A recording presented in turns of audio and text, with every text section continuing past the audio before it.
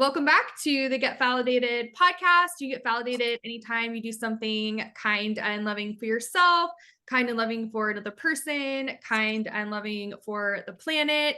And I can't really think of a better thing to do than to overcome a lot of things in your life. Maybe it's addiction, maybe it's bad thinking, maybe it's just not living your purpose, like whatever that thing is that's kind of holding you back.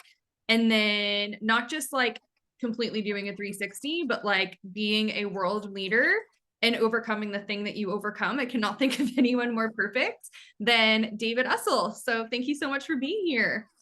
Fallon, I've been looking forward to this, and I love the title of your show. What a clever, creative use of your name and use of a word that is so crucial for people to know how to validate themselves. I love it. Thank you. My best friend, we say it was like a Freudian slip, but like I don't really like Freud. So it totally worked out. And I was like, that's going to be the name of my podcast. Yeah. So I love that you love it. Me too. Yeah. And when TJ told me about it, I said, get validated. Are you kidding me? I'm there. Yay. I'm so excited. So I'm going to share just a little bit about you, but everybody can read your full bio in the show notes. And go to his website. It's a beautiful place to be. And there's a extremely long list of all of the books that he's written and the media guest appearances that he's had. Really just incredible human. He's written 13 best-selling books, and one of them is about meeting an angel, which I have that in my Amazon cart. And David is a counselor, an executive coach, international speaker, podcast, TV, radio host, sports psychology coach, all faiths minister.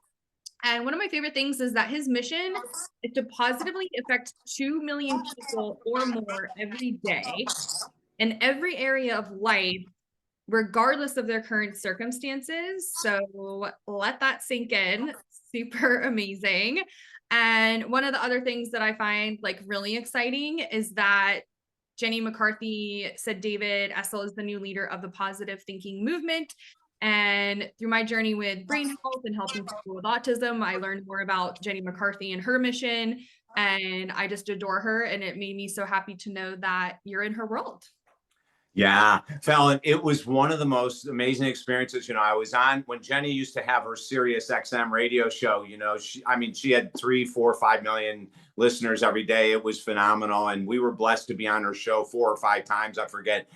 And I remember the very first time, my publicist, TJ Torriello, reached out to her and said, hey, I've got this great guest, and he's got a beautiful new book about positive thinking. And she read the title and she said, TJ, I don't think this is the guy for me. The name of his book is Positive Thinking Will Never Change Your Life, but this book will. And she said, honestly, I love The Secret. I love the law of attraction. I think it's the key to success. And so TJ said, well, why don't you just give him 3 minutes? Yeah. And she said, okay. She said, I'll give him 3 minutes. He's got to come to New York. He's got to be in the studio. But at the end of 3 minutes, the interview may end quickly. Or if I understand where he's coming from, maybe it'll go the full hour, And so TJ called me and said, you want to take a gamble? I said, there's no gamble, TJ. We're going to win. And so we went up there. And I got to tell you, Fallon, one of the things that a lot of people don't know about superstars is there's so many of them that are so humble and vulnerable and real and loving and kind and compassionate. And Jenny McCarthy is one of those celebrities. She is out of this world compassionate, out of this world kind. I walk into the studio. Now here I'm walking into the studio with a book she may not like. She opens her arms, gives me a big hug, says, oh my God, it's so great. She made me feel at home right away, and then we get on air and she said, ladies and gentlemen, I've got a very interesting show today. You know how much I love the law of attraction and The Secret. And I've got a guy that's coming on telling me it may not be the truth.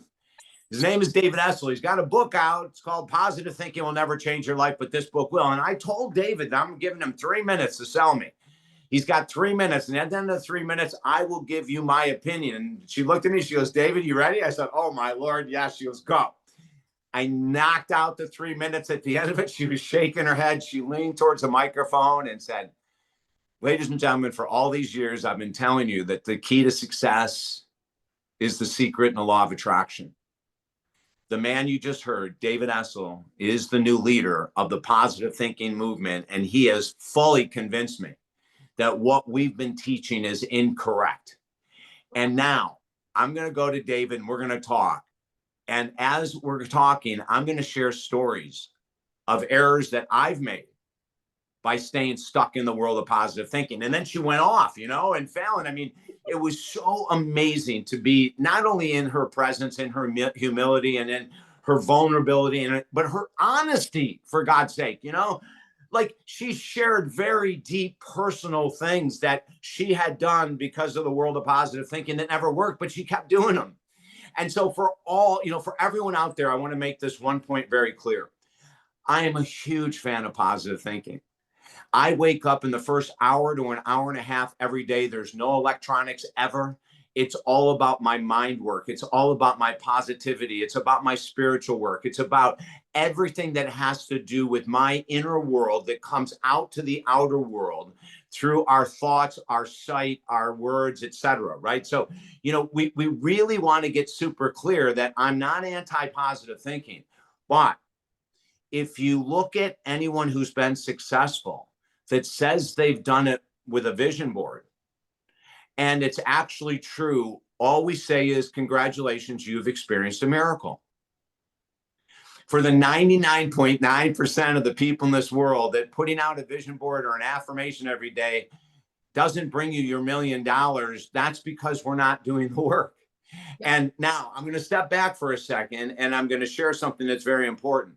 From 1980, when I began my business, until the 1990s, I was a huge fan of the law of attraction. And this is before, Esther and Jerry Hicks came out with their law of attraction. This is way before The Secret. We're talking, 1996, I had an interview with Maharishi Mahesh Yogi, one of the most amazing teachers who ever walked this earth. He's the founder of Transcendental Meditation. If you don't know him, look him up. If you've never heard of Transcendental Meditation, to me, it is by far the most powerful form of meditation in the world. As a matter of fact, how he got the Transcendental Meditation, or what's referred to as TM, across the world is the Beatles. In 1960, the rock band The Beatles met with Maharishi, were so taken over by Transcendental Meditation that many of them stopped their drug, alcohol use, and everything in the 60s, for God's sake. Wow. These were rock bands. The Beatles were taking his message all over the world. About 10 years ago, Paul McCartney did a free concert in Central Park. I can't imagine what that would cost to rent Central Park to bring your band and equipment. He did a free concert, and the free concert's purpose was for love, for unity versus division, and to talk about the power of transcendental meditation. So we really want to look at positive thinking as a crucial part of it. But during this interview, and this is where my whole belief system was shattered, Maharishi, during a commercial break, said to me, David, you're so into this world of positive thinking and affirmations and everything. And I said, yes. And he said, do they work? And I go, oh my God, yes. And he said, tell me your favorite affirmation. I said, oh, Maharishi, I've been saying this one since 1980, 16 years. He said, I'd love to hear it. I said, here it is. I'm David Essel, a child of God, happy, healthy, and sober today. And he looked at me and he said, that is so beautiful. Is it true? And I lied. And I said, yes. And he said, fantastic. Any affirmation that you're repeating over and over, as long as it has validity, that means you're living in integrity. But if you're saying affirmations that are not true, that are not in your life, you're out of integrity. That conversation blew my mind, Fallon. And I realized I had lied to one of my greatest mentors of all times. I got off of that show. I never told him I lied. But 3 weeks later, wait till you hear what happens. I'm in Orlando, Florida, speaking at a large conference. At the end of it, there's a long line of people asking questions. I'm going through the line, going through the line. At the very end, I see this tiny little lady. By the way, Maharishi was about this tall too. I don't know if you remember the show, The Addams Family. Oh, yeah. Okay. And Cousin It, you remember Cousin It, who was Yeah. all hair? Yeah. Down to his butt. That's Maharishi. Okay. He's passed on, but that's what he looked like. And so I'm get to the end and I see this tiny little lady standing there. And I said, I am so sorry it's taking me so long to get here. She said, hey, listen, I have 20 minutes. We've got to go get coffee. I've been sent here to interview you. This is a very important interview. Let's go. And I'm going, oh my God. We get to have coffee. We sit down and I said, what magazine are you with? She goes, I'm not. I said, what TV show? She said, I'm not. I said, who sent you? She said, Maharishi. I said, Maharishi Mahesh Yogi? She goes, yeah. She goes, I just flew in from Iowa to Orlando. I'm flying right back after I interview you. He told me to come and ask you one question. I said, okay, this is surreal now. Like this guy that's changed my life through his own meditation is sending one of his top assistants who's been with him for 36 years. What's the question? She said, what do you remember? The one most important thing from the interview with Maharishi. Now, the one most important thing I could remember is that I lied, but I didn't want to say that, right? So I said, without a doubt, the most important thing I remembered is his childlike joy. Every question I asked him, he started out with a giggle. And it didn't matter how, the meaning of life, it didn't matter how deep the question, everything was a giggle. And halfway through, he would giggle again. He amused himself, which amused me. Yeah. And I stopped talking and she looked at me and she said, David, I'm going to share something with you that's going to be life-changing, but it's also going to be very hard to hear. And you may not ever decide to change your life about what you're going to hear. But if you pay attention to what I share, your life will be changed forever. And I looked at her and I said, what's that? And she said, the reason you remember Maharishi's joy is because you don't have any. Mm-hmm. And I looked at her and I said, you don't know me. And she said, you're right. And I said, how can you make such an accusation? Because that's an accusation. And she said, I've been with Maharishi for 36 years. There is a core of us that have been with him that long, out of his 40 years. When you interviewed him, as you well know, several weeks ago, he chose your radio show as the only radio show in the world to celebrate 40 years of transcendental meditation. He chose your show because he believes in you. And he knows that you're a dedicated promoter of this process that has helped so many people change their lives. But the reality is, we all only remember from Maharishi the one thing that needs to be addressed. And so when we're sitting at his feet for 8 hours and he's lecturing and we walk out for a break and people start talking about what he's talking about, more often than not, everyone brings up a different topic. Yeah. And it's because they're resonating with what's missing in their life. And so if you can take this honest answer that you have no joy and really apply it and think deeply, your life will radically change. And I said, you know what? Our interview is over. I go, I'm so glad that you came down here and I've got things to do. And I know you've got things to do. And I love Maharishi so much. Tell him I said hello. And I ended the interview.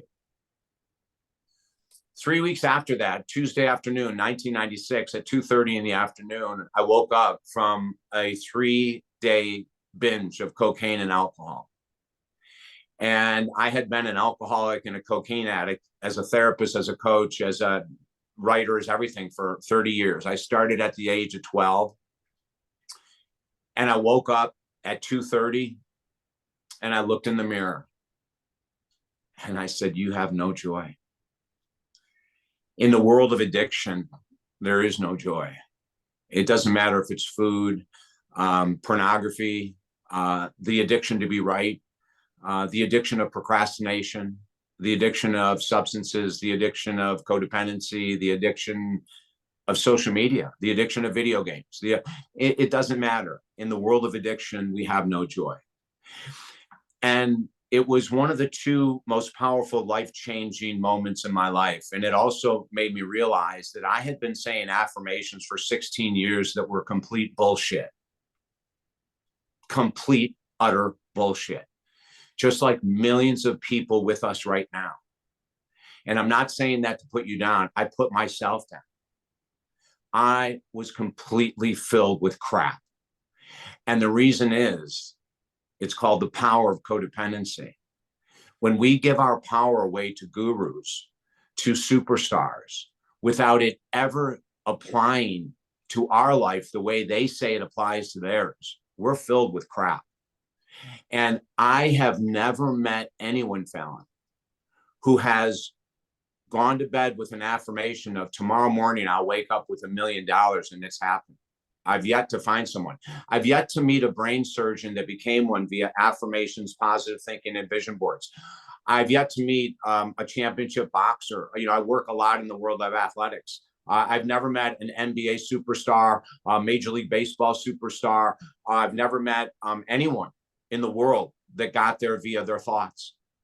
Now, their thoughts create momentum and creativity and genius and the solution to problems. All of that stuff is true. Our thinking can be so immense, but it's what we do with those thoughts that creates success, or in my case, the illusion of success, because affirmations can create an illusion that we have what we're not even close to. You know, if you make an affirmation that you're making $1 million a year, which is 83,000 a week, there's very few people that have the gift, talent, determination, persistence, and work ethic to make $83,000 a week. Okay, that's just the fact. But if you're sitting there and you're making 20,000, 100,000, 200,000, and you're saying I'm making $1 million, well, you're out of integrity. You know, it's not true. You're lying to yourself. And what we've found in the world of affirmations is the more you say them, the less you start doing. And that's what happened to me. You know, 16 years of saying I'm sober, making me believe that I am, while at 8:01 every night, I'm opening up my first bottle of wine. That's living a life of illusion. I would rather have someone say, you know, I'm Jim Smith, a child of God, working my way towards happiness and sobriety today and every day of my life. That is a realistic use of your brain. Yeah. Because now you're in integrity. Now you're speaking truth. And by speaking truth, you can heal. By hiding behind puppy dog tails and daffodil statements that say I'm a millionaire when we're earning 50, we really have to walk away from the insanity. But see, this is mass consciousness. So, you know, and I love Oprah, so I'm not putting down Oprah, but, you know, you get a book like The Secret on Oprah, or you get it somewhere, people don't even question, is it valid, right? It must be true. It's on this person who I love's radio, TV show, whatever.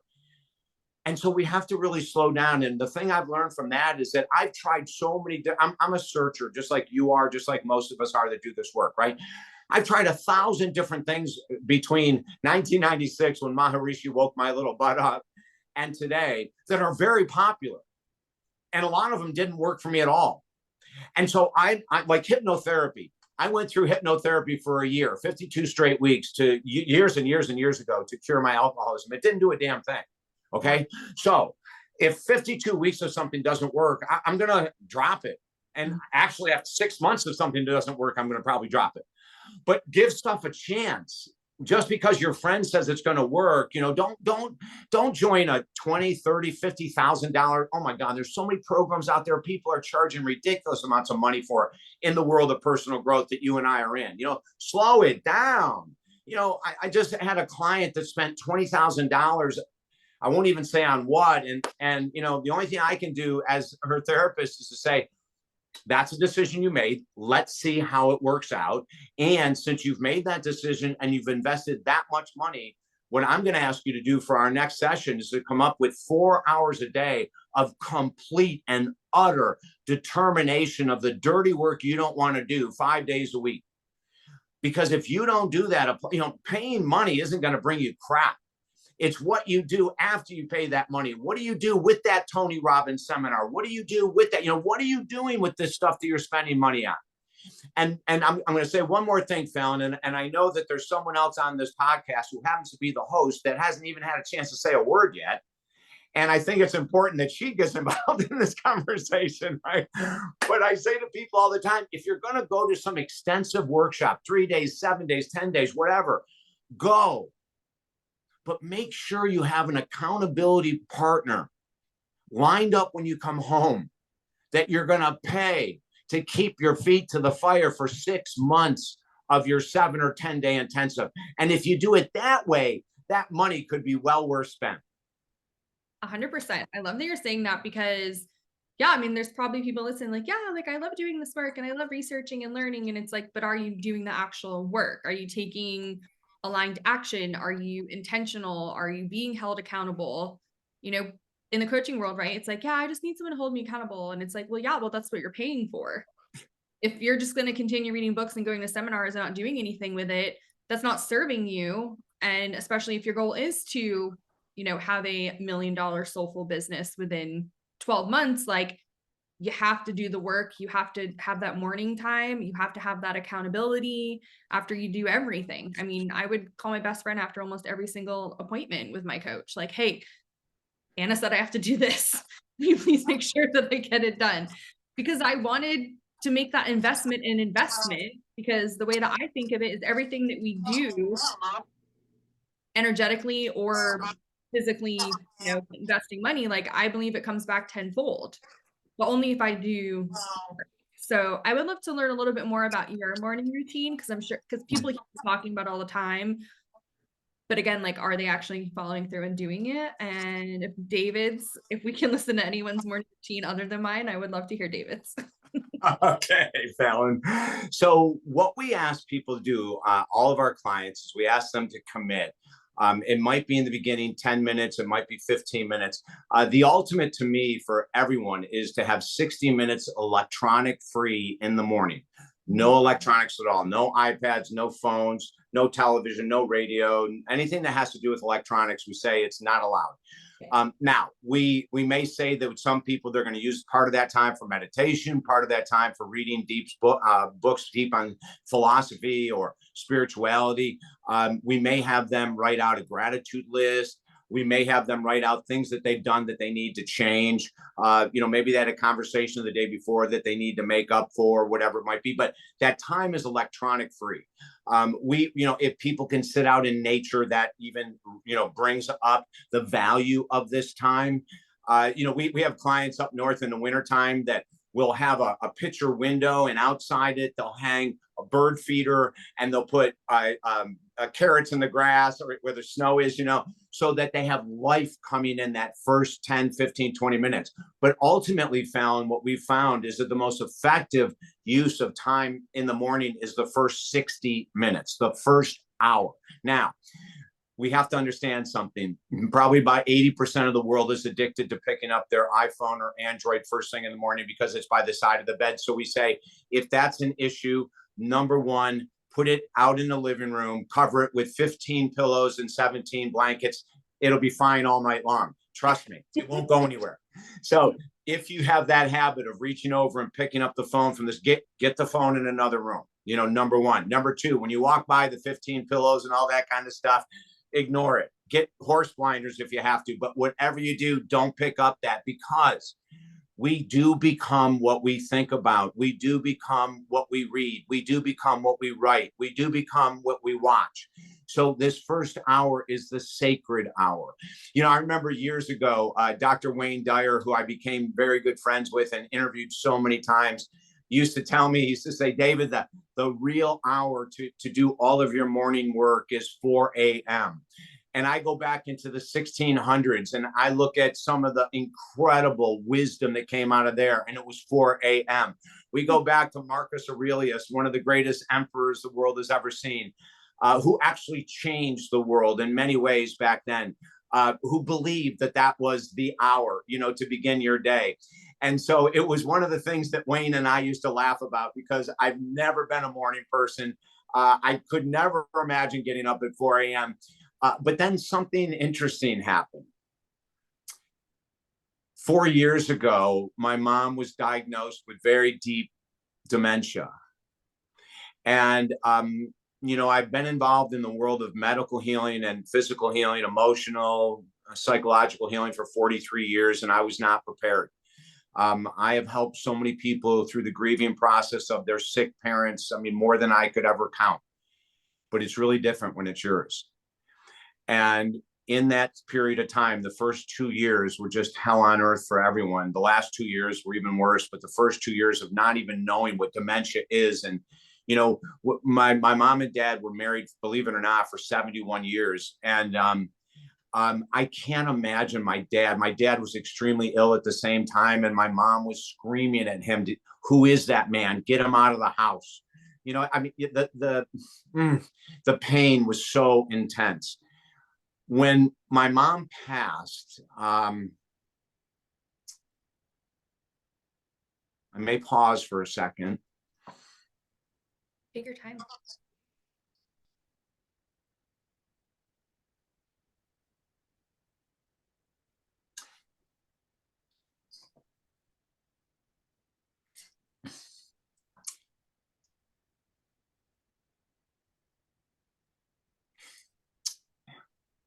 It was something I could have never imagined, the pain.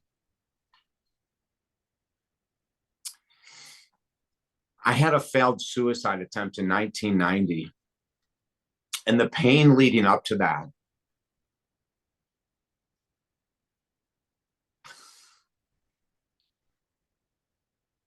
and the pain recovering from that, was something I prayed never to go through again.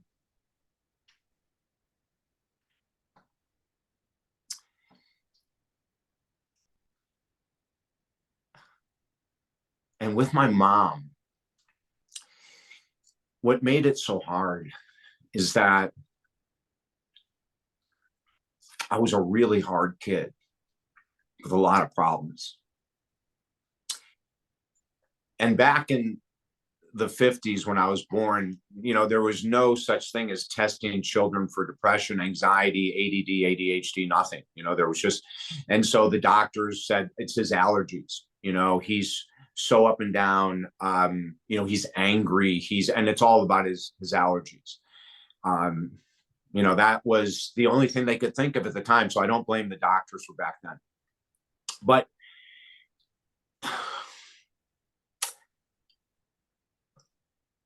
as my mom deteriorated over 4 years,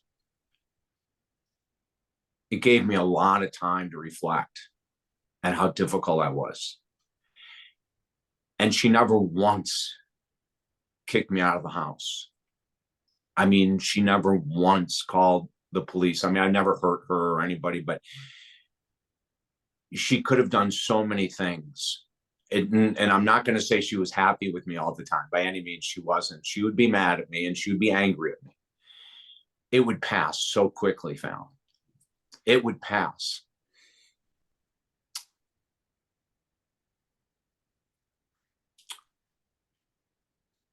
So the grieving process when she was alive hit me really hard because I started to see what love was. When I was 30, I thought I had covered my bases, and I called my mom and dad one day and I said, "Hey, I gotta tell you a couple of things."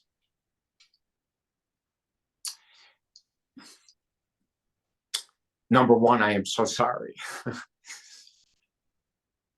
for causing so much hell from 0 to 18. I am so sorry.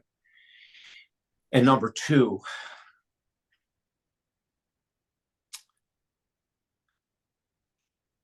%90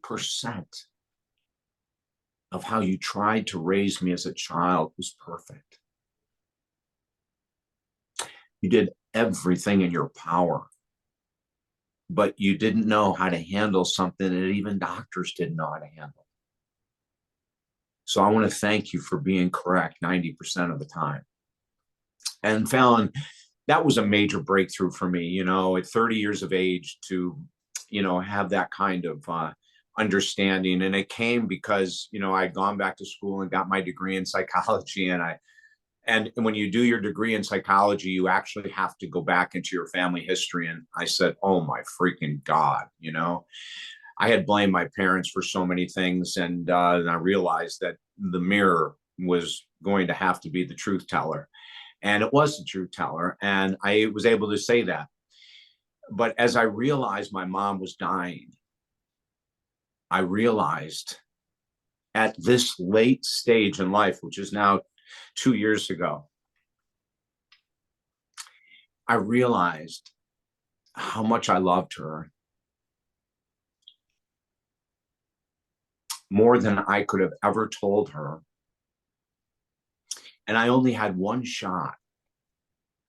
And she was in a semi-comatose condition in the hospital before she passed. She actually came back home first after that, but we thought for sure she was passing. And, you know, in a semi-comatose position, her head was back, her eyes were wide open, her mouth was wide open. My brother, Terry, and my sister, Mary Diane, are complete angels on this earth. I live in Florida. They live in upstate New York, and they're the ones that were with my mom and dad all 4 years of hell. And my brother decided that my mom was really struggling so deeply that he raced her to the hospital. And it was during COVID, and they told him he couldn't stay. And he said, you're going to have to take me out with the police.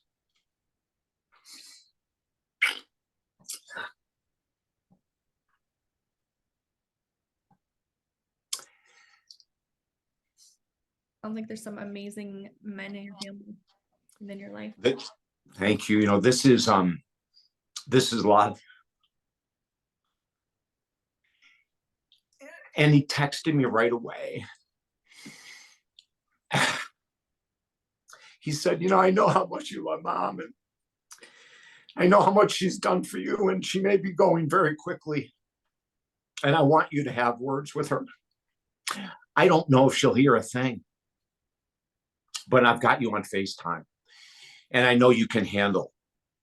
I've worked in a lot of medical conditions. I went to college thinking I was going to go on to be a doctor. You know, I've seen horrendous things, Fallon, you know, and I've worked with everything from burn victims to amputees to quadriplegics to everything you can imagine. But this is my mom. Quite a different experience. And so here she was with her eyes open, mouth open, head back, looking ghastly, looking just so close to death. And I had her for 20 minutes on FaceTime. And I told her everything.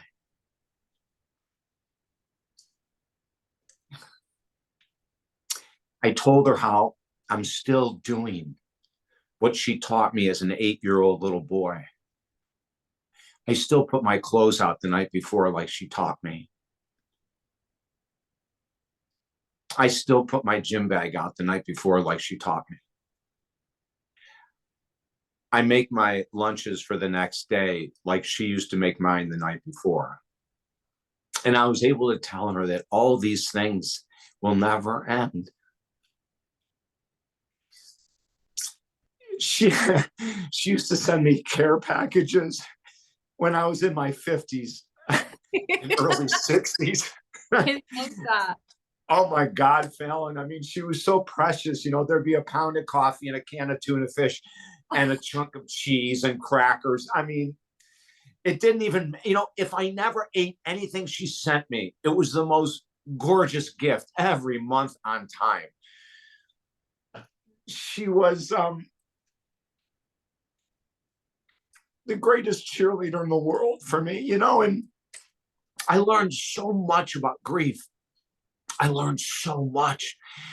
And I know this is a long way to get to my point about being a morning person, but on the day she died, I have a very tight relationship with Archangel Michael, and my brother knows this. And I had asked Archangel Michael that on the day she dies to give me a sign, to let me know, because I'm in Florida. And the most bizarre thing that happens, and this is my freaking mom pulling her normal crap while she's about to die, she sends everyone out of the house, not on purpose. She couldn't speak, But my dad got really sick again that morning and they had to rush him to the emergency room. My brother or sister were with her all the time when my dad wasn't. And they also had a nurse's aide. Because my father was in such tough shape, they raced him to the hospital. My brother raced to the hospital. My sister left the house to race to the hospital. And of course, that's when my mom decides, when no one's there, when no one can be hurt, seeing her die, that she's going to pass. I know it's planned. People may listen to this and think that I'm crazy, and that's okay. But I know my mom, and I know that she didn't want anyone around. And at 10 o'clock that morning, as I get in my car driving to work, I stop and put the car in park. And I stare straight ahead. And there's Archangel Michael with my mom in his arms, moving upwards. And I knew my mom had passed.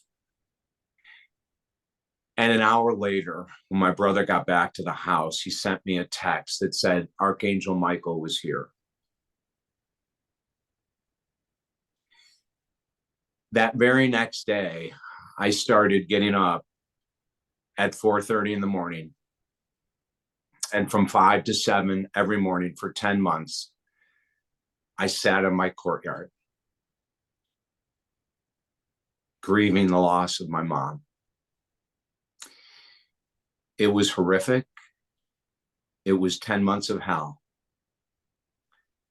It forced me to become a morning person. And then I found something that happened at the end of 10 months when my mother started visiting me. Fallon, I can tell stories that will blow people's minds, and some people understand and believe, and some people don't. But this was a life turning point, another life turning point. And I'm going to slow down for a second and ask people, if you want to take advantage of your life that you're living right now and take advantage of your future life, make a list of your turning points. Make a list of the times that you decided to go in a new, healthier direction, whether it's with addictions or people or career or your own mindset. Make a list of your turning points, because I do. And there are a lot of them. And the more you look at your turning points, the prouder you'll be of yourself, of who you are today. The more you'll respect yourself for what you've overcome. The more you'll feel worthy of being loved. The more you'll feel worthy of being successful, if that's a goal. The more you'll feel worthy of having the body you've always wanted. When you look back at the turning points, because we all have them, Fallon, and many times we have so many more than we even think about. The time that I said no to go to this party, that something bad happened, that's a turning point, and so I make all these comments because this was a turning point. At the 10th month, my mom started visiting me, and she visited me 3 times.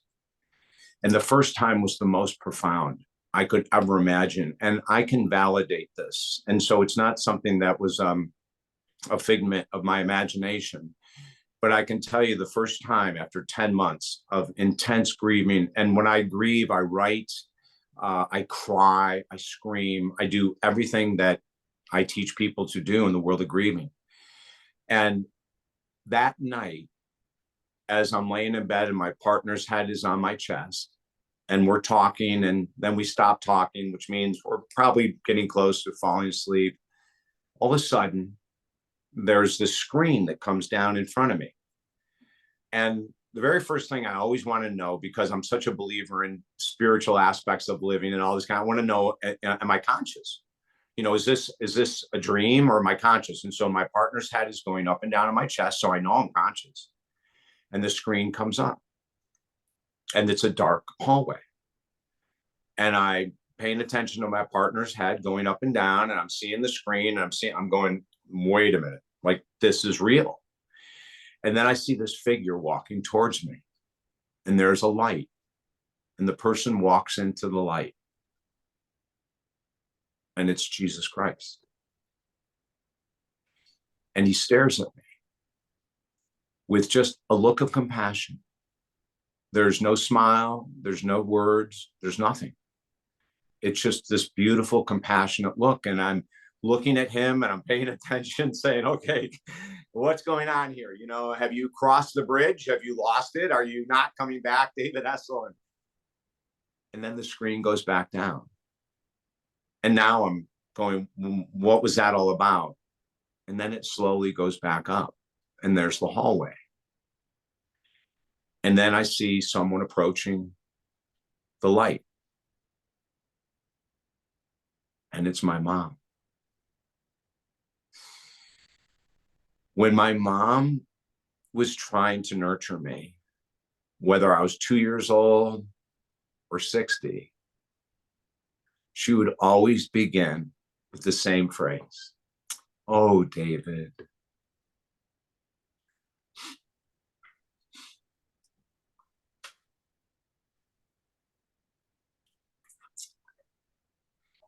I can hear it like it's right now.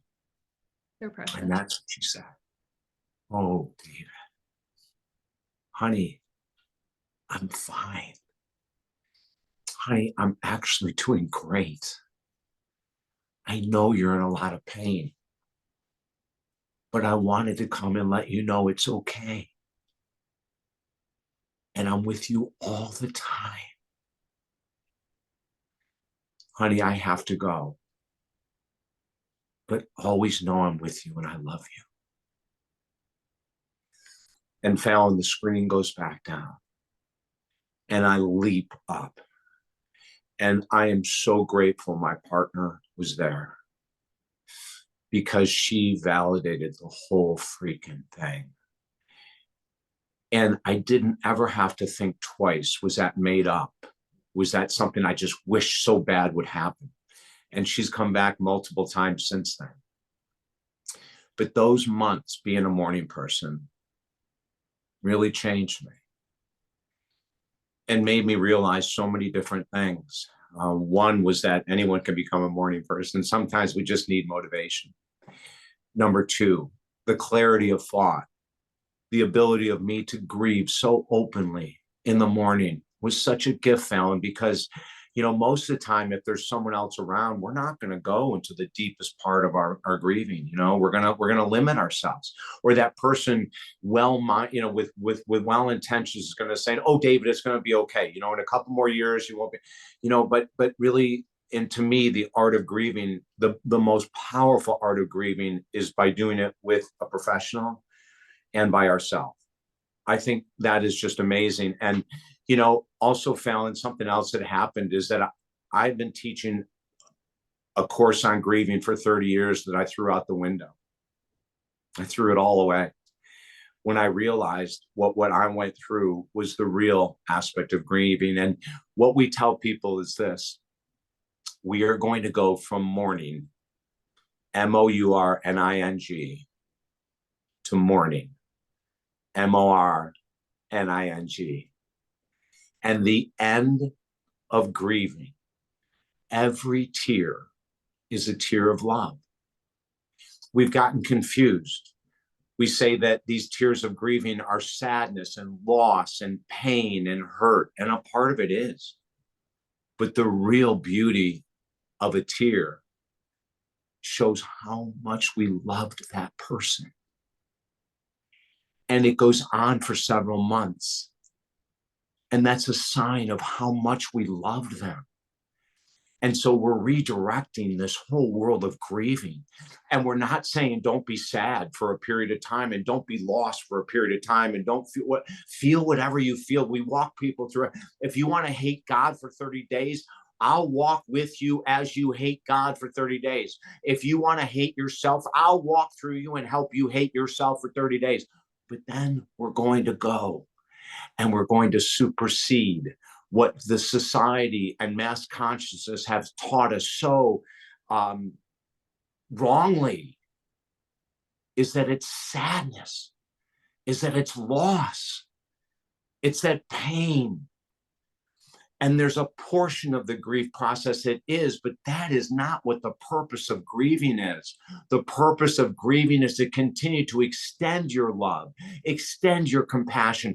And then when you know someone else who's going through it, you're compassionate for them. You don't tell them everything's going to be okay. You don't tell them God needed another angel. You don't tell them now they're finally out of pain. You don't say crap. You sit and you ask if you can hold their hand. You ask, do you mind if I sit with you while you go through this? You ask, may I get you a glass of water? But you never, ever tell them how long it's going to last, or that you know the purpose of this person's dying, because you don't know the purpose. You know, we're trying to teach families, we're trying to teach people who aren't even close to the grieving process as far as they know it, that when they get there, what do you say?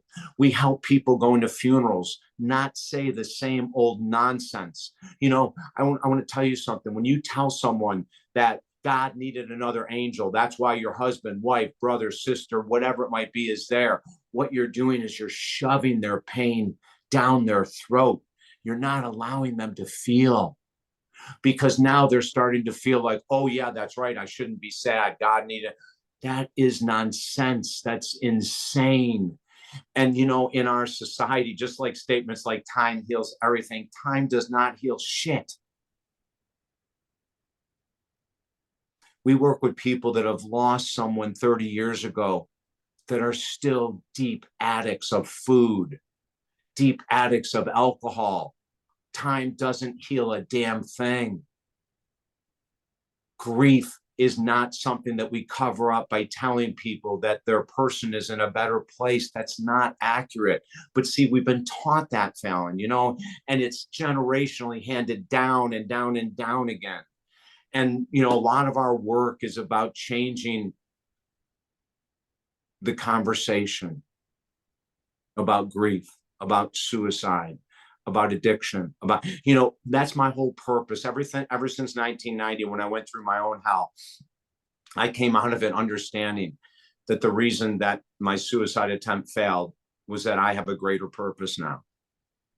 And that greater purpose is about mental health, is about grieving, is about all of this other stuff. And so I'm learning as I go, Fallon. You know, I mean, it's only been a couple years and I've completely changed my whole focus of grieving. You know, it's been a number of years that I've changed my whole focus on the positive thinking stuff. You know, it's been, I mean, I'm growing all the time. My beliefs are changing constantly. I read this thing from Muhammad Ali the other day that I just think is so beautiful. And he said, if our thoughts and belief systems at 50 years of age are the same as they were at 20 years of age, we have not grown at all. Please write that down. This is crucial. So many of our beliefs were indoctrinated by well-meaning parents, well-meaning teachers, well-meaning societies, well-meaning friends, well-meaning, and they're all incorrect. And they're well-meaning. And I'm not putting anyone down when, you know, your parent says to you, well, when you go to the funeral, just say, you know, I'm really sorry, but God didn't need another angel. You know, I'm not putting anyone down. I'm just saying, awaken. Yeah. Just because you believe something for 20 or 30 years doesn't mean it's accurate. I'm living proof. You know, I taught a course for 30 years on grieving that was not accurate. I can admit that. You know, I taught the law of attraction for 16 years. It's completely inaccurate the way they teach it, you know, like put a thought out into the universe and it must return in kind, that kind of BS, you know. Now, the law of attraction does have some validity, you know, like if you go to the gym every day, you're going to get in good shape. So that's a proof that the law of attraction works. You go to the gym, you do the work, you're attracted to the end result. You go again, you do the work, you're attracted. Okay, so there's the law of attraction, but it also involves work. Yeah. So I want people to question themselves. I want you to question, do you really think you're worthy of love? What do your relationships say? Do you really think that you're worthy of being above the scramble to pay bills? What does your work ethic say? Do you believe that you deserve really deep friendships, people that you can talk to openly and honestly about anything? What do your current friendships say? And so as we evaluate these different things in life, one of the keys to success in life is to always, and this is an exercise I give my clients to write down, what do you watch on a regular basis? What do you listen to on a regular basis? What do you read on a regular basis? And who do you hang out with? And this is who you become. It's not very difficult. If you look at what you watch on a regular basis and it's conspiracy theories and it's the evening news, and well, then expect your life to be crap, because that's what it is. I work in the media. I know what media works like. Media works off of dopamine hits. Yep. And so they know if there's something sensational, you're going to tune in. And they can take that sensational segment, 2.5 minutes long, and change it by 30 seconds and use it the next day, and you're going to get a dopamine hit. So, we're working against science. That's what we're up against. So if you think that you can watch the evening news and it'll never affect you, I'm asking you to think again. If you can think you can watch conspiracy theories on YouTube and it won't affect you, I'm going to ask you to think again. Fallon, I think you know this as well. The world is filled with anger. The world is filled with hopelessness. And most importantly, the world is filled with grief. We have lost our old way of living. Things have changed. And most of us are doing what we did 4 years ago. We're still watching the news. We're still arguing about politics. We're still arguing about how the pandemic began. And we expect our life to be better. So let's listen to what Muhammad said again. If at 50 years of age, your thoughts, your beliefs, even your habits have not changed since 20, you have not learned a thing. I think those are powerful words. 100%. And especially all these beautiful examples you've given of doing this amazing work, having these amazing courses. They changed a lot of lives, but you've grown and shifted. And so having the things that you've offered in your business. And I think that's what's so important about this world of personal development, is that you have to understand that everybody is growing and evolving, and we're committed to the growing and evolving, especially back to the aligned action. And that means that, if you just decide to wake up and do something totally different, that's okay if that's aligned for you. And whoever doesn't like it obviously doesn't need to be a part of it. But it's so interesting how you brought up all those points about grief, because I've been hearing, and I haven't had any reason, I haven't lost anybody or anything like that for the conversation to come up, but it's clearly coming up in a big way. Collectively, how much people get triggered when they lose someone and someone says, "I'm sorry for your loss."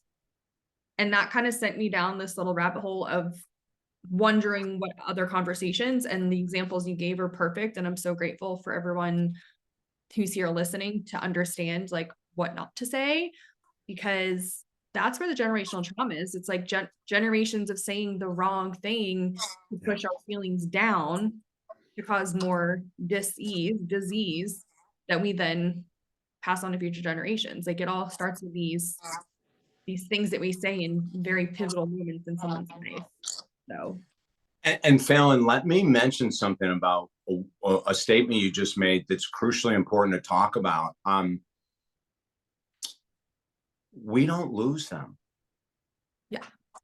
They're around us 24/7. In our new grief program, we've added what we call gateways to the other side. And there's no limitation to communication to the other side unless you believe there's no communication from the other side. So much of our reality is based on our beliefs, right? And so there is no law. And this is what I found. And now, when I say there's no loss, that doesn't mean that I immediately knew that. My God forbid. I was an absolute mess for 10 months. I did feel great loss. But then, and this is where I think it's so important that we're having this conversation, and I appreciate you being willing to go down this rabbit hole, because it's a huge one. There is no loss, because if you create gateways, which I'll explain what they are in a second, you can still have communication. You can still have a feeling. Remember when I said, "Oh, David"? that is my mom in my heart right now. She is nowhere but inside me, because those words resonate with me so deeply that she is with me right now. And so there is no loss. There's only loss in the beginning of the grief process, because that's part of a human emotion that we have to feel. But then once we reach that bridge, now for me, it was 10 months, but I will say it was 10 months of 2 to 3 hours a day of intense grieving. It wasn't like 15, 20 minutes, it was a lot of work. But at the end of that 10 months, there was a huge passing over. So how we create gateways is this. We create, so for 10 months, I wrote a letter to my mom every night in bed. And it would start off with, Mom, I know you know what I did today, but I'm going to tell you anyway. I did this, and this. and then sometimes it would turn into tears, and I'd be writing and saying, oh my God, I miss you so much. And why can't I see you? And why can't I hear you? And, it can get very, very intense. Right. And then it passes over. And then, so one gateway is to write to your loved one every day or every other day. And it just might be, good morning, Mom, or good morning, husband, or good morning, whatever, I just want to have a beautiful day. And thank you for always being with me. Maybe that's all you write. Right. But we want to change that concept from loss to, let me continue to communicate. Now, if anyone wants to see physical signs, I mean, you might get visitations. Like I've gotten visitations 3 times from my mom and twice from my dad. Or the other thing that started happening is that my partner and I started realizing, when my mom passed over, we never had a cardinal in our bird feeder. Mm. And all of a sudden, there was a cardinal coming every freaking day. And we looked it up, and sure enough, a cardinal is a sign of a loved one giving you a sign. So is a dragonfly. So is a hawk. So, I mean, all of a sudden, we're getting all of this nature around us, Fallon, and we're Googling, like, what the heck's this? Oh, that's a loved one. And we're going, are you kidding me? So the gateways are there, right? So you look, you write, and I want you in my life, and I'd love to feel your presence, and I'd love you to come as a bird, come as a snake, for God's sake. I don't care, but just come regularly so I know it's you. My partner was here one day in the house, and she heard this banging on the window, and it was Mom. Aww. And she was ramming into the window. It was like she wanted to come in. She wanted to give us a message, and then as wild and thank God I have verification. Okay, that's all I can tell you. Thank God I have someone who validates all this stuff, because she's seen it as well, and it's so precious. When my dad passed, which is, oh my God, a story that is mind-blowing as well. Well, what's going to happen next. Within a couple weeks, all of a sudden, a male cardinal is coming. And now we have a female and a male cardinal coming every day. And then we move, and they find us. Oh. And they keep coming. Fallon, I can't make this stuff up. It is so real and so beautiful. So it's that communication. It's that talking about, I talk about my mom all the time. Now today, I had a tough experience. There are some times I can talk about Mom, and, my tears are very minimal and very little. Then there's other times that, I just let happen what's supposed to happen. I don't question it. There will be times that are very tough. 10 years from now, I might hit a day just like today, Fallon, and that's okay. I accept how she visits and what happens in any way possible. And I also know this. There are very few men in society that will cry in the grieving process publicly. I want men to be free. I want men to be men. When you're a man and the emotion comes, you flow with it. Men, here we talk about mass consciousness of society. Nothing against John Wayne, love John, but the image that, we don't share publicly what we're feeling, I want to destroy. I want men to be humble and vulnerable and open and honest. I want men to say that they've grown. I want men to say that they've changed. I want men to say they've made errors. I want men to say, I'm crying because I miss my mom. I want men to say, I'm crying because I miss my mommy. I want men to say, I'm crying because I miss my daddy. Uh, And the I world want men to be men. Yeah. yeah, women, I mean, all women want men to be more in touch with their feelings. And then there's a lot of men who are doing this work like you, who are all like, no one's shutting it down except a very tiny amount of people, which, you know, you can have your opinions of what they are, to like dark energy. But, you know, 95% on the planet is like cheering men on to doing what you just said. Oh, absolutely. And do you know, if you know, we look back, I started 43 years ago. Um, it was 90% women as clients to my one-on-one business and 10% men. And we are almost at 50-50. That's amazing. I mean, it's incredible, Fallon. You know, love that. Yeah. And I think the more that guys, you know, and when I say, you know, first of all, I don't want to sound arrogant, and I don't want to sound like I've got it, and, you know, and all these other men don't. I share that I want that, and I share my tears because I realize how freeing it is, how freeing it is to be a human being and not be labeled by a gender. You know, how freeing it is to be a human being who has emotions and they're willing to let them out. You know, I just before the call, I've got this really awesome man, a human being that cried 20 minutes of the 60 minutes today, you know, over a relationship struggle. And, you know, and just like you gave me so graciously the time to process my mom on your podcast, for God's sake, I appreciate that so much. You know, I gave him the 20 minutes. I didn't say a thing, right? At the end of 20 minutes, he was a different person. Just like at the end of my experience with you on your podcast, you know, like I shifted, you know, and I was able to go right into the beauty, you know, of my mom and the incredibleness, and my dad, you know, the same thing. And the other thing I need to say very, very sincerely, there are many of us that are raised in very difficult households. And when their mom or dad passes or gets sick, they do not have the feeling of love that I've expressed. And I understand that. And I understand it's okay for you to have the feelings that you have. And I would not change you for a second. The only thing I would ask you to do is work with someone, because I would not want you to carry the pain of anger, rage, resentment after your parents are gone, or even if they're still here, any longer than it's absolutely necessary. And if it means you wait 30 days and get help, or 6 days, that 6 months, that's all up to you. But there is complete freedom when we're able, if we're raised in environments that are hell on earth, there still is complete freedom with letting that person go. And this next word I'm going to use is tough, with love, letting them go with love, even though they may have treated you, abused you, they may have done so many terrible things against you. There still is a real benefit for you to go through the process of letting go. Archer agrees. Wow, that was really beautiful. Thank you for sharing that. Because yeah, there's always that other side of the pendulum.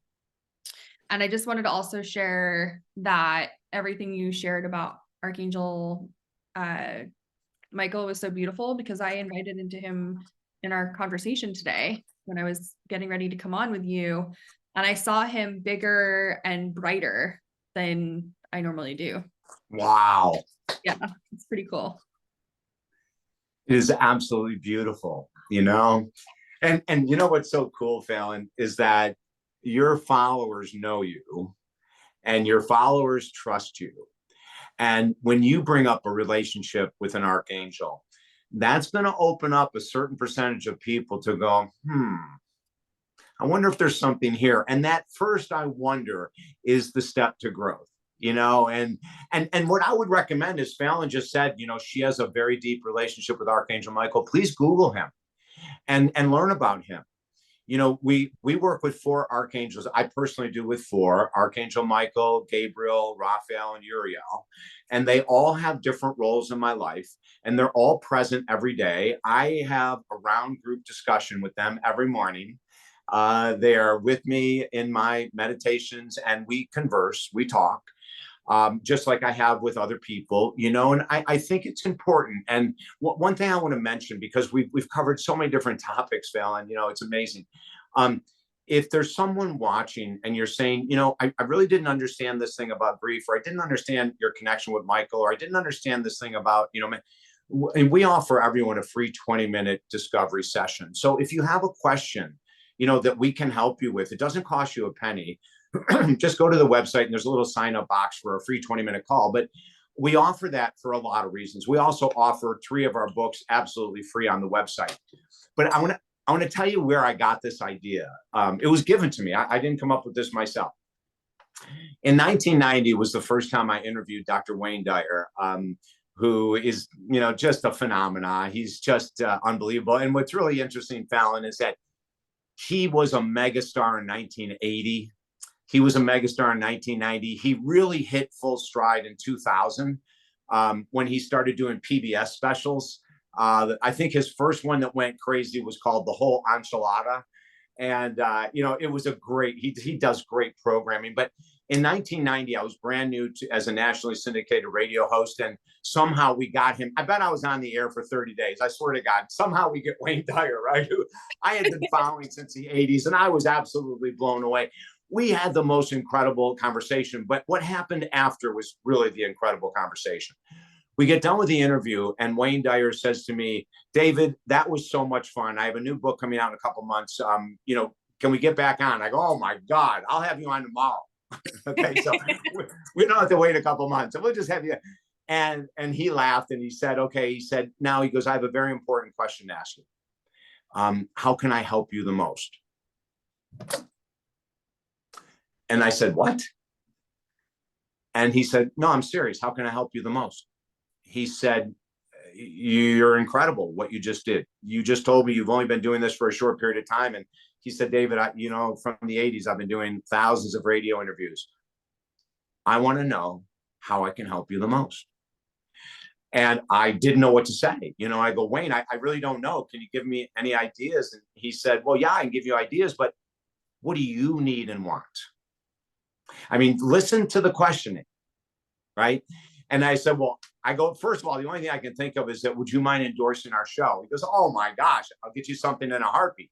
He said, when we, and this is before computers, right? So he couldn't send me an email. Right. He said, I'll tell you what, I'll talk to your producer. They'll write it down. You can use it the rest of your life. And he said, next time I'm on, I'll give you another one if that's it. And I said, okay, great. I said, now I have a question for you. What do you think the best move for me to make would be to help my career and to reach more people? He said, great question. Give your best information away for free. I said, what? My best information? I go, wait a minute. Then they won't need me. He said, David. He said, that's what everyone thinks. But it's just the opposite. When you have the strength and the courage and the confidence to give your best stuff away, knowing that you're going to help more people that way, it'll come back somehow, some way. It might be 50 years down the road. It might be tomorrow. Who knows? But we don't ever look at it like that. All we think about is being of service.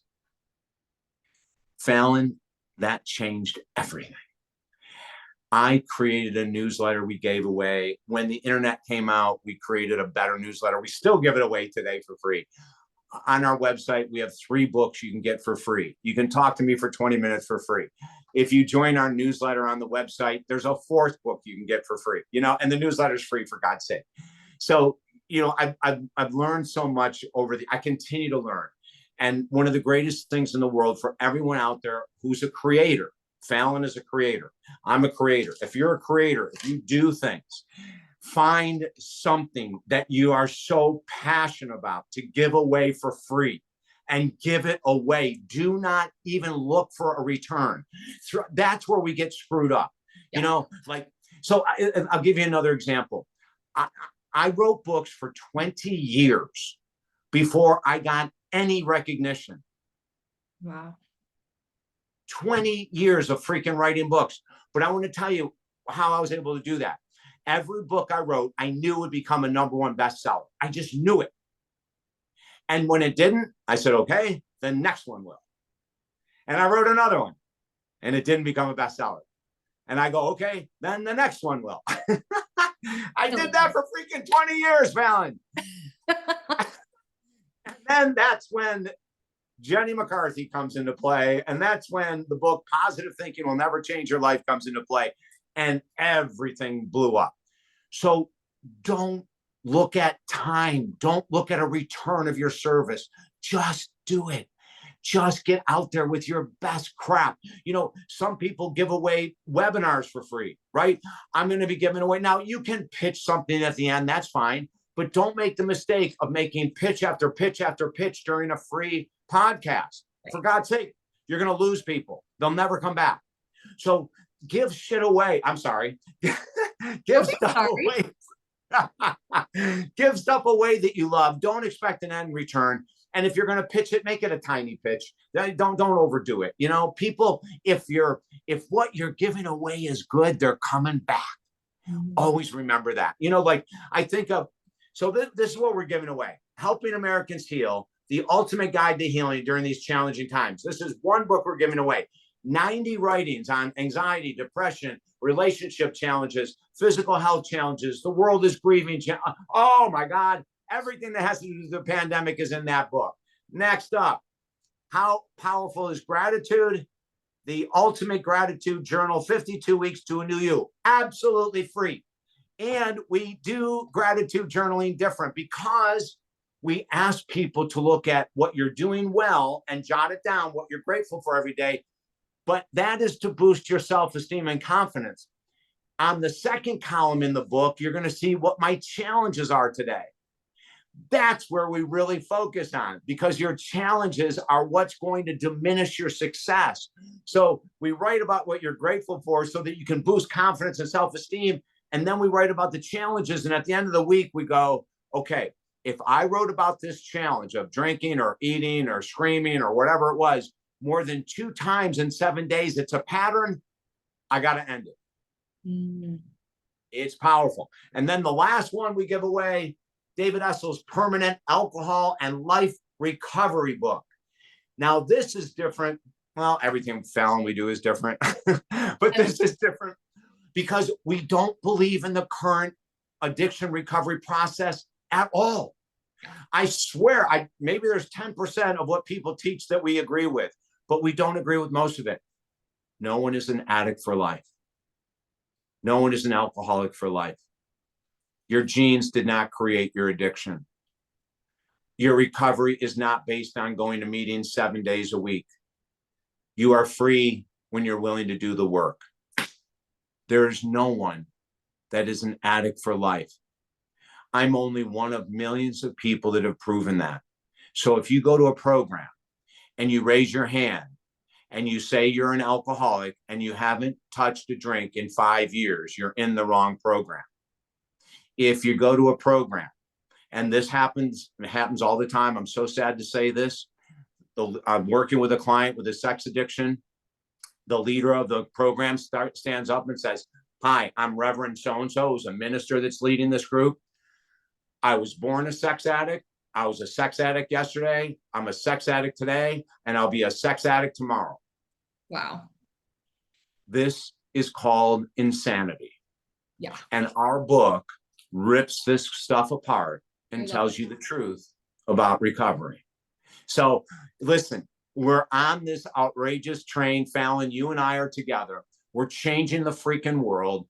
It doesn't take a hell of a lot of effort. It takes intention and some effort to get going. I say to people, start with 10 minutes freaking a day and add a minute a day.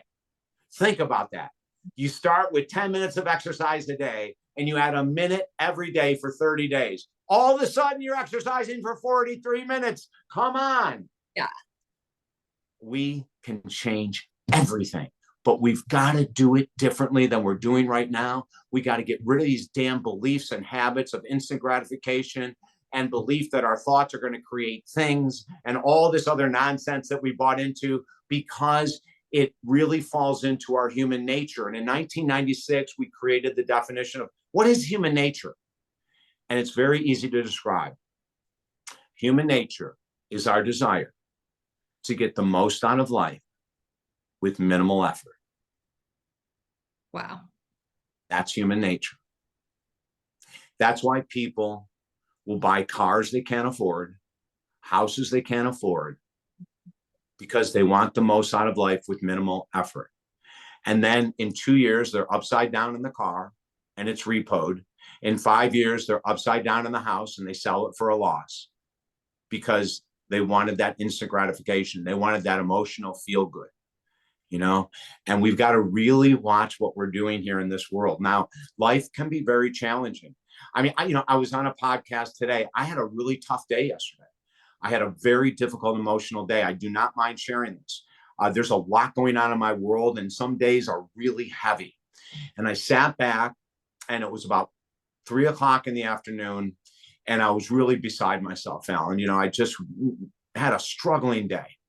And I looked around and I said, how the hell do I get myself out of this? Like, yes, I wrote down everything I'm challenged by, and it's a long list. Okay. So it's not like I'm making crap up in my head to feel heavy and overwhelmed and down. I'm overwhelmed and I'm down, and I have to admit that. And then I have to ask, what are my options to bring myself out? Well, if you do the work that Fallon and I do, there's one thing I can guarantee that'll get you out of the worst mood ever. And that is to be of service. And that is what I did. I went on Facebook. I did 3 Facebook Lives giving solid teeth tips, meat that you can walk away with and use right now. I can't even tell you what the topics were. I have no idea. I get out of the way and let spirit talk through me. And at the end of those 3 podcasts, everything shifted. Not one thing in my outer world changed. All the overwhelm was still there. But my mind had recovered. I woke up today feeling so good.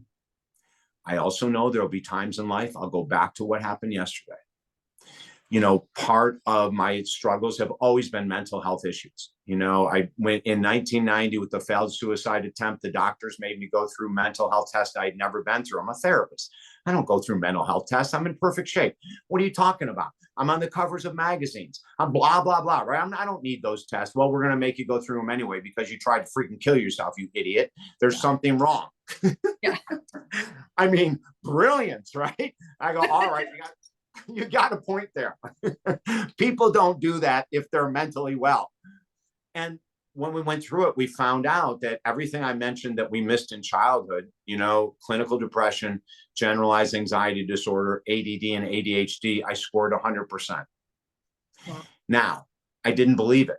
And I told the psychiatrist, I think there's something wrong with the test. He said, okay, go through them again. Go to a different testing site. I don't care. I went to a different testing site. Same end result, same answers. And that's one of the reasons why I do this work, because then I had to make a decision. I was going to be on medication for a period of time, but I wanted to find a way through lifestyle changes, how I could moderate, deal with everything that I had struggled with my whole life. And I've succeeded. And I was on medication for a while. And I'm not saying I'm not anti-medication. As a matter of fact, Fallon, a lot of times I'll say to people, go on a 90-day script with your doctor for depression. Go on a 90-day script for anxiety, but stop at 90 days. And let's see now if we can titrate down, which means decrease the dosage, and add amino acid therapy, which I'm a firm believer in for depression, anxiety, and more. We add music. Certain types of music can radically change brain chemistry in a second. I was just on this other show talking about that song by Sia, Unstoppable. If you're in a bad mood, get that song, go to YouTube, find it, crank it. It is one of the most powerful, most uplifting songs in the world. So we have things we can do that are non-medical related, non-pharmaceutical related. But I'm not against medical pharmaceuticals. My God, it saved my freaking life. I'm not against them. I'm against their overuse. When we have so many different techniques, we have aromatherapy, for God's sake, which is outrageously powerful in regards to anti-anxiety and more, right? We have amino acid therapy, which I am, as I mentioned a minute ago, a huge fan of. We have music therapy, right? We have, don't laugh, landscaping, get out in the yard, plant plants, get your hands in the dirt. You know, I just finished my 14th book. It's called Mental Mastery and Maximum Performance for Professional Athletes. It's coming out soon. We're going to be doing the Audible hopefully this weekend. And I tell a story of the most dominant tennis star in the world, Novak Djokovic. I tell this story about his openness and his honesty, that he was failing. You know, he had this huge rush as a young tennis player. He was playing phenomenal. Then he started running into all kinds of mental health issues and physical issues. And he was a mess. He was an absolute mess. And he ran into a doctor one day who said, hey, listen, I think I can help you. He went gluten-free, dairy-free. He completely radically changed his diet. He's vegan. He walks in grass barefoot. He hugs trees with his family. You know, like his whole world of mental health changed. Everything is about self-care. He is by far the most dominant tennis player in the world. And his interviews, if you read them, are so humble about the amount of time he puts into massage and yoga. You know, LeBron James, Pilates, for God's sake. You know, like, these are all mental health exercises. They're almost more for your mental health than your physical health, for God's sake, you know? So we have so much that we can do, so many ways that we can improve our lives. And I want people to know that you have more control over where you are right now than you might ever believe. And take some of these tips like music and service and exercise and rub your feet in sand or dirt. You know, go back to being a little kid and get your hands all muddy and dirty and spread it on your face. Take pictures of yourself, put it on Instagram, for God's sake. Have fun. Get yourself back into life. And as Muhammad Ali says, is you're still doing the crap at 50 that you did at 20, you haven't learned a thing. Let's learn new things, new habits, new beliefs, new thoughts. And let's serve our fellow man with everything we're learning, just like Fallon is doing on this podcast. It's time to stand up. It's time to get the hell out of mass consciousness. Live your own life. Be independent. Do not worry about what other people say. When they ask, did you see the latest version of X? And you say, you know, I don't even have a TV. Be that kind of leader. Be that strong. Follow your own intuition. I don't know what's right for you, but you do. Quit being afraid of being you. Be that independent, raw woman. What did Helen Reddy say? You know, be that, will stand up and roar, or whatever that famous song that she, right? Yeah. You know, that the women's liberation movement was one of the most brilliant, beautiful things that has ever occurred, in my opinion, in this world. I mean that sincerely. I love being an equal with a woman. I love being equal with Fallon right here on this interview. You know, I love the fact that Fallon is such an independent woman, that she's talking about topics that people may criticize her for, may not believe her, may think that she's wrong. She doesn't give a crap, because she's here to serve. And that's being independent. And as you look in my eyes, and as I look in your eyes, I want you to find out who the hell you are that has been covered up for years. Bring that person out of the closet. And I mean that in all ways. Whatever closet you're hiding in, get the hell out of it. Find out who you are. Be radical. Be different. You know, be that 70-year-old woman wearing tight pink jeans, for God's sake.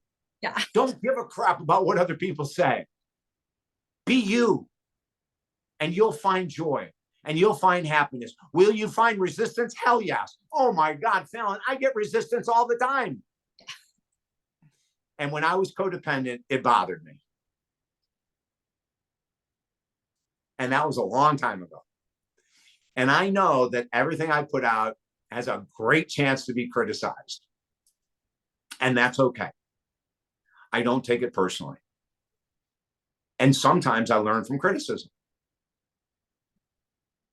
Rarely. Just kidding. Yeah, I was going to say. Other people's projections, their own problem. Yeah, that's right. Exactly. Right. Well, this was amazing. Like, I honestly don't have words. I'm going to go back and listen, and then kind of let more of these downloads come through.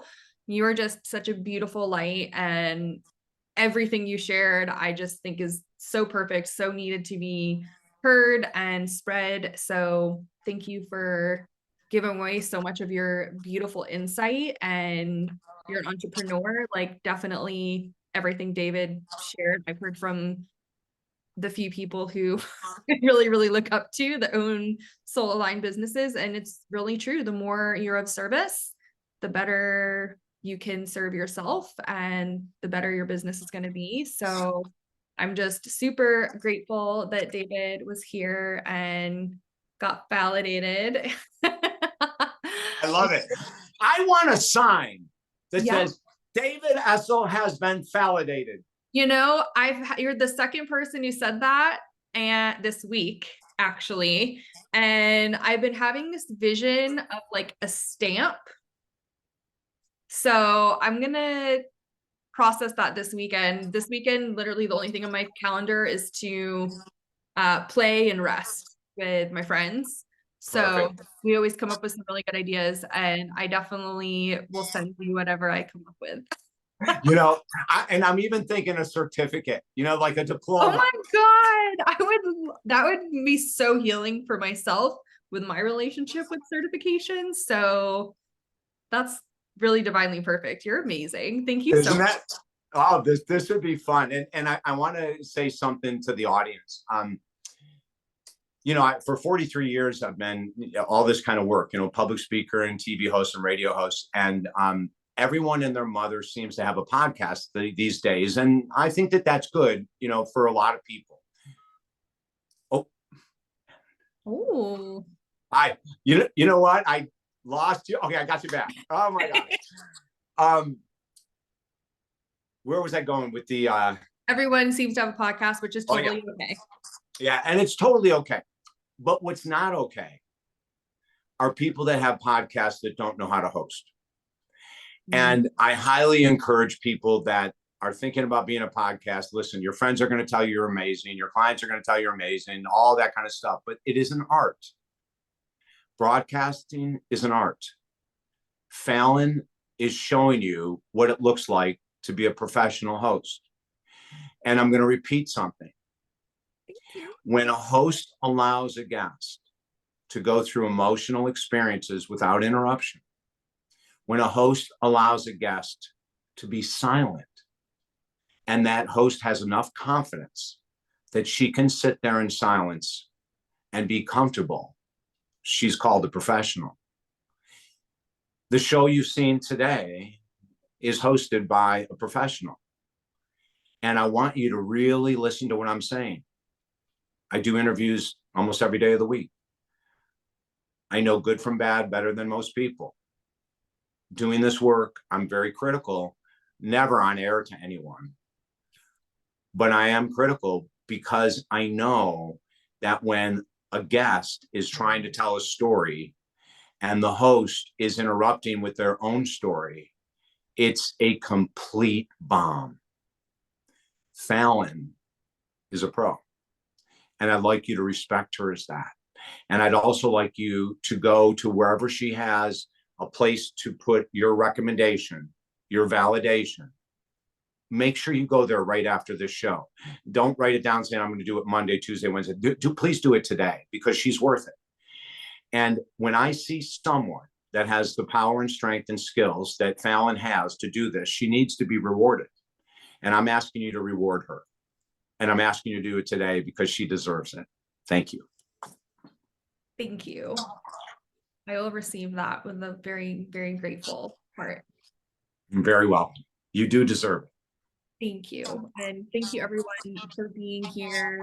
You know the drill. If this is helpful, please share it with somebody. If you experience some type of validation in your life and you post about it on Instagram and tag me and use the hashtag Get Validated podcast, I will Venmo you $5 and give you a big virtual hug just for showing support to the show. And my amazing guest today was David Essel. And definitely go in the show notes so you can access his resources, including free books and courses and just amazing loving energy, which I know everyone experienced today. So thank you. Alan, you're so welcome. Anytime I can help, I am available. Thank you. Okay. Have a beautiful day. You too. Bye, everybody.